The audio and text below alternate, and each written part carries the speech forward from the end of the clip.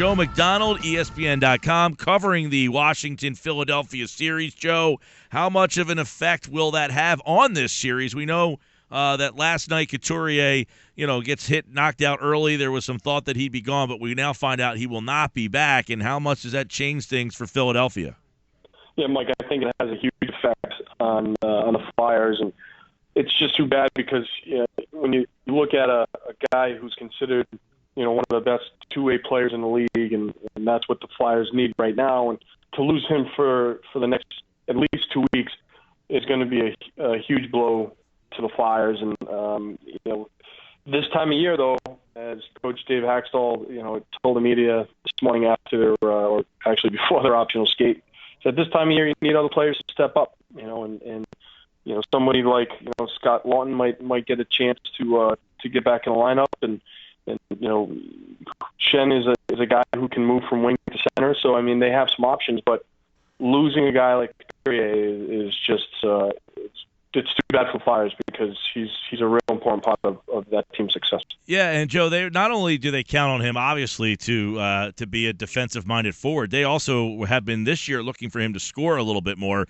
And last night with just 19 shots, only 8 after the first period. Anybody who could provide offense, that's a big loss for them. What happened after the first period that they could not get shots on? They had 11 in the first, but only 9 after that. What happened? Well, I think a big reason for that, Mike, is if you look at the Washington Capitals, they clinched a playoff spot, almost a month ago, and they really haven't been playing any kind of emotional hockey over the last month. But on the flip side, the Flyers have. They had that great run down the stretch just to earn that postseason berth in Game 81.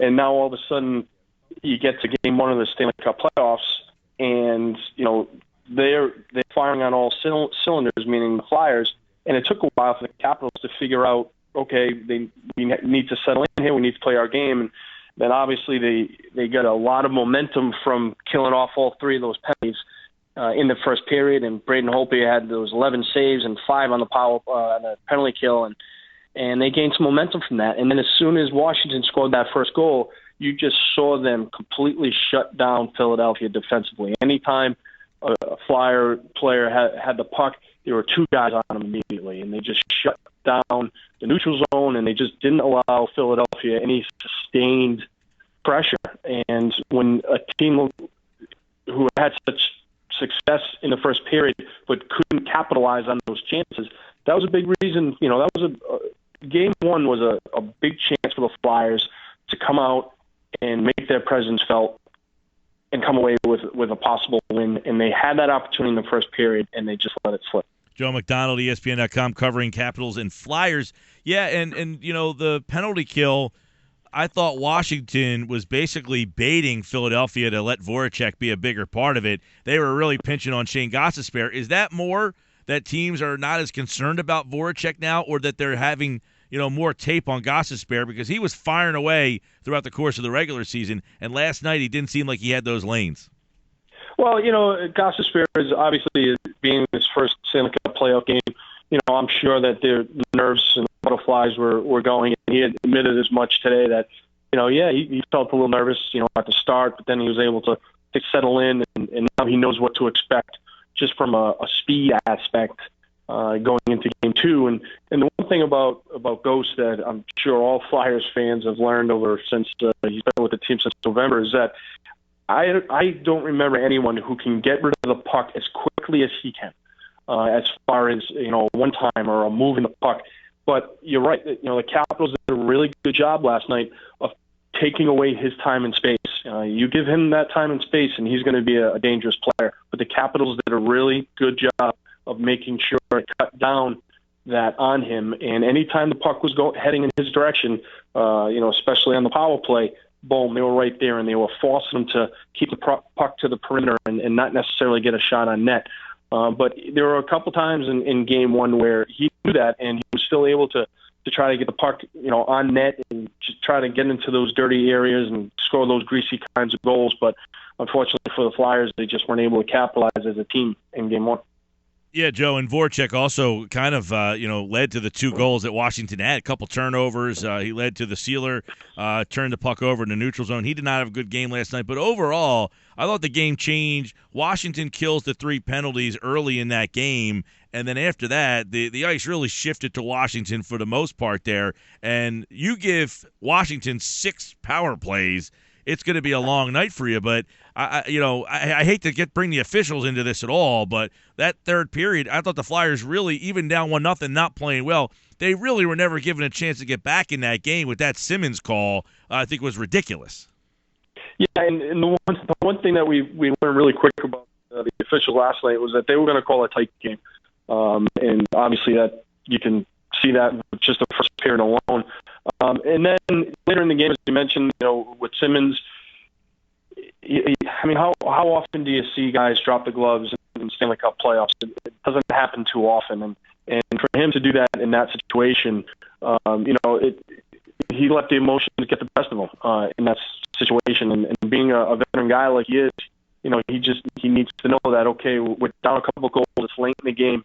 We need to do anything that we can to kind of turn the tide here, or at least, if not win the game, at least try to get some momentum going in for game 2. Maybe that was what he was thinking. Okay, we're not going to be pushed around here, and I'll answer the bell and I'll do what we need to do, and maybe the Flyers gain a little bit of momentum from that going into game 2. Who knows? But they do have to start quick again in game 2, and they do need to take advantage of those opportunities when they get them, because playing against a guy like Braden Holtby and a team like the Washington Capitals, you're not going to get many opportunities. And, unfortunately for the Flyers, they let a couple of those slip away. Joe McDonald's with us, ESPN.com, covering Flyers and Capitals. Give me your assessment of Claude Giroux. I, to be fair, have been critical of him in these moments where, all right, we've heard so much, he's an MVP candidate, and some people think that, he's – and I've always said, well, look, is he the guy who could be the best player on the team that ends up winning the Stanley Cup? You're an 8 seed, and last night, 2 shots. What was your assessment of Claude Giroux last night?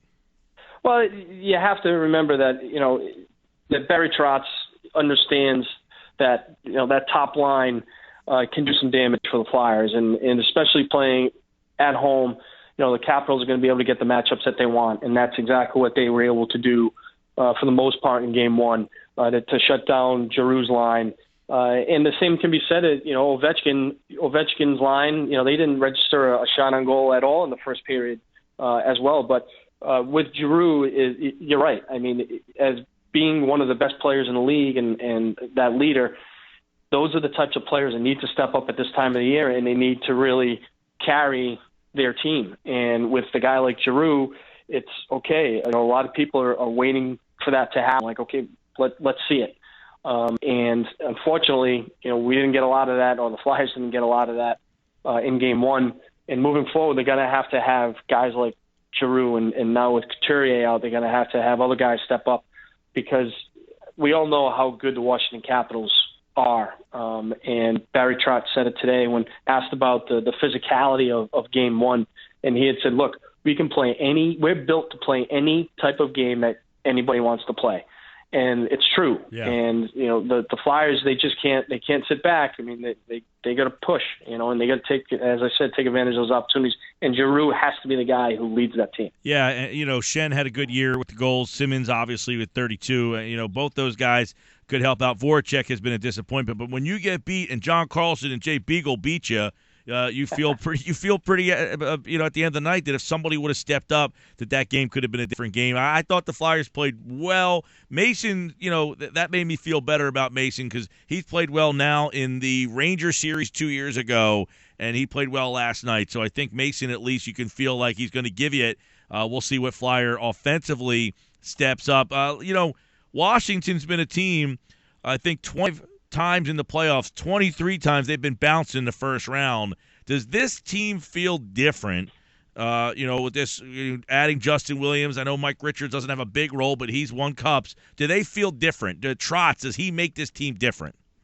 Completely different. And a lot of people have asked, and this has been a discussion, I'm sure, around a lot of water coolers and maybe over a couple beers too, that the Capitals, they're going to do it again. They're great during the regular season. They're going to get into the playoffs, and they'll be out by the second round. but this team is different.